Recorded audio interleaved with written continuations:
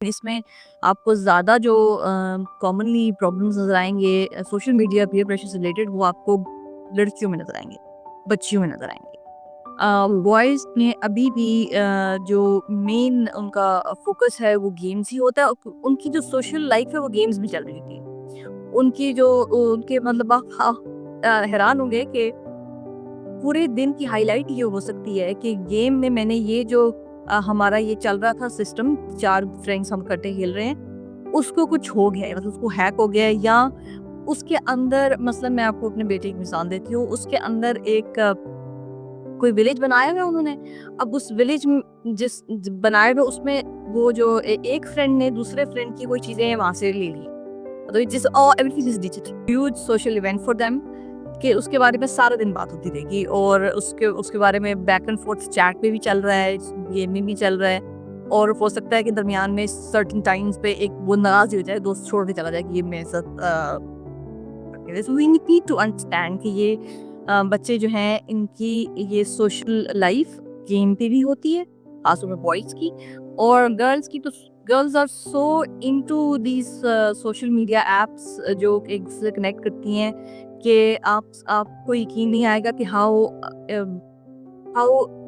fast they want to talk to their friends about every little information and detail that they have that we would not even think of sharing with our friends. ये important है इनकी ज़िंदगी में, और लेकिन ये हमें समझने की ज़रूरत है कि ये दोनों तरह से इम्पोर्टेंट है। डिपेंड करता है कि बच्चा उसको यूज़ कैसा कर रहा है। ये वो एज है जिसमें इन बच्चों को ज़रूरत है काम करने की, रिलेशनशिप बिल्डिंग पे, और वो रिलेशनशिप बिल्डिंग पेरेंट्स के साथ तो है ही, सिबलिंग्स के साथ है ही, वो फ्रेंड्स के साथ है, वो टीचर्स के साथ है, वो out of the home space है।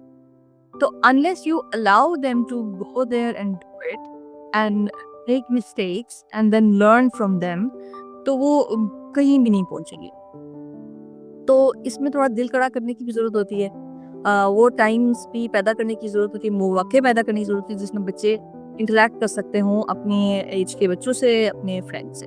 उसमें आप थोड़ा हो सकता है 4 घंटे परेशानी में गुज़ारने पड़े कि कुछ खाए, नहीं खाया, पता नहीं कहाँ चले गए हैं। लेकिन जितना भी आप ऑब्वियसली मैं ये नहीं कह रही हूँ कि बच्चों को बिल्कुल ही छोड़ दें कि वो कहीं नहीं चले जाएँ।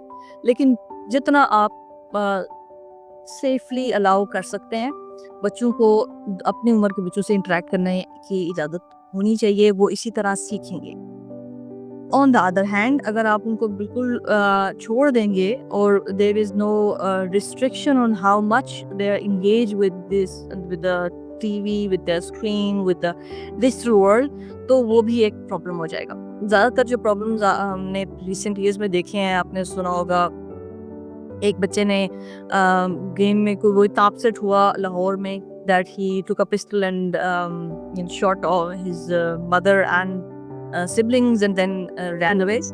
और एक और बच्चा था जिसने अपने आप को शूट कर लिया। तो so these sad incidences are mostly linked to excessive use of screen and all, लेकिन ये अक्सर वो होंगे जहाँ पे अनसुपरवाइज्ड चल रहा है सब कुछ, उसमें वो कुछ कर ही नहीं सकते। वो बच्चा जो है वो अपनी ही दुनिया में रहता है, वो कनेक्टेड नहीं है। So keeping A connection is very important.